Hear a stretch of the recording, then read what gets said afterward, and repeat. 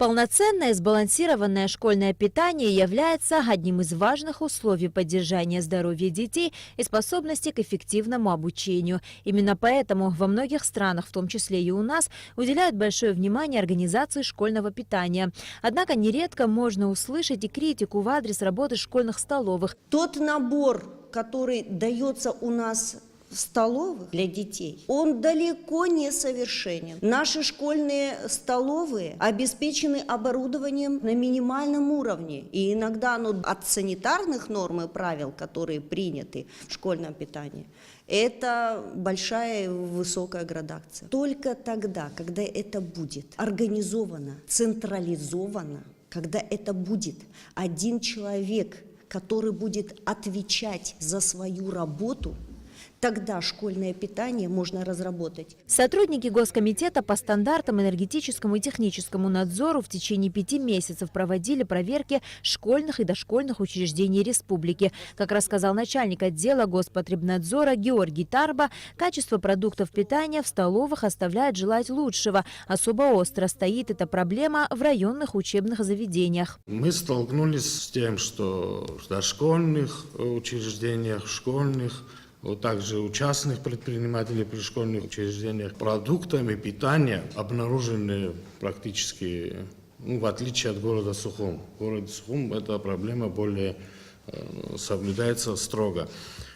Мы столкнулись с чем, что детей кормят практически заменителями. То есть я их перечислю.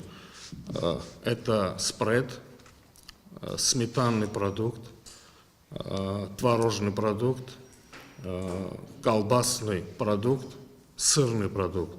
Управление Абхаз-Универсал-Торг уже более 10 лет занимается обеспечением всех школьных и дошкольных учреждений Сухума, а также школ-интернатов по всей республике продуктами. Меню, по словам директора управления Инги Купалба, утверждается администрацией города, поэтому обвинения по поводу качества предоставляемых продуктов кажутся ей несправедливыми. На сегодняшний день, да, вот говоря о городе, госстандарт сказал, что более-менее приемлемая ситуация. Этим питанием мы занимаемся 10 лет. И когда говорят, что нет никаких нормативов, что мы работаем просто так, это все неправда. Вот мы им показывали документы. Мы обращались и в санэпидстанцию, чтобы нам утвердили их. У нас нету законодательной базы. Не имея законодательной базы, значит, что мы делаем? Мы обращаемся к законодательной базе Российской Федерации. И мы работаем по законодательной базе Российской Федерации. По мнению предпринимателя Давида Пиля, решать существующую проблему надо на государственном уровне. По его словам, назрела острая необходимость в создании закона об образовании, в котором четко отражался бы круг лиц, который нес бы полную ответственность за организацию питания в образовательном учреждении. В Российской Федерации десятки федеральных законов, десятки региональных законов и масса муниципальных законов по организации питания.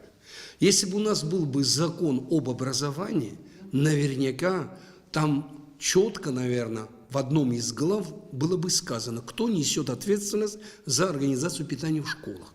В Российской Федерации 37-я статья. Директор школы является ответственным лицом по организации питания в школах.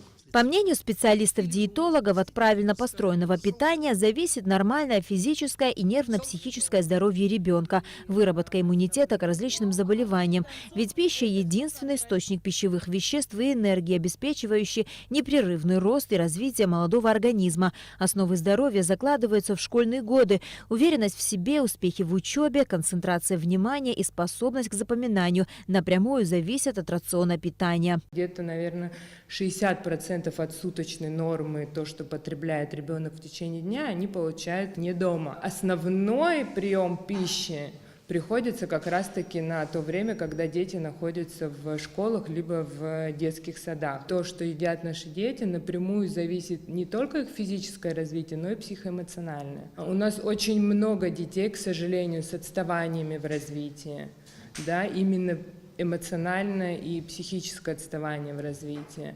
гипервозбужденных детей или наоборот. Участники круглого стола выразили надежду, что в скором времени будет все же принят закон об образовании, который значительно упростит как процесс обеспечения учебных заведений продуктами, так и надлежащий надзор над ними.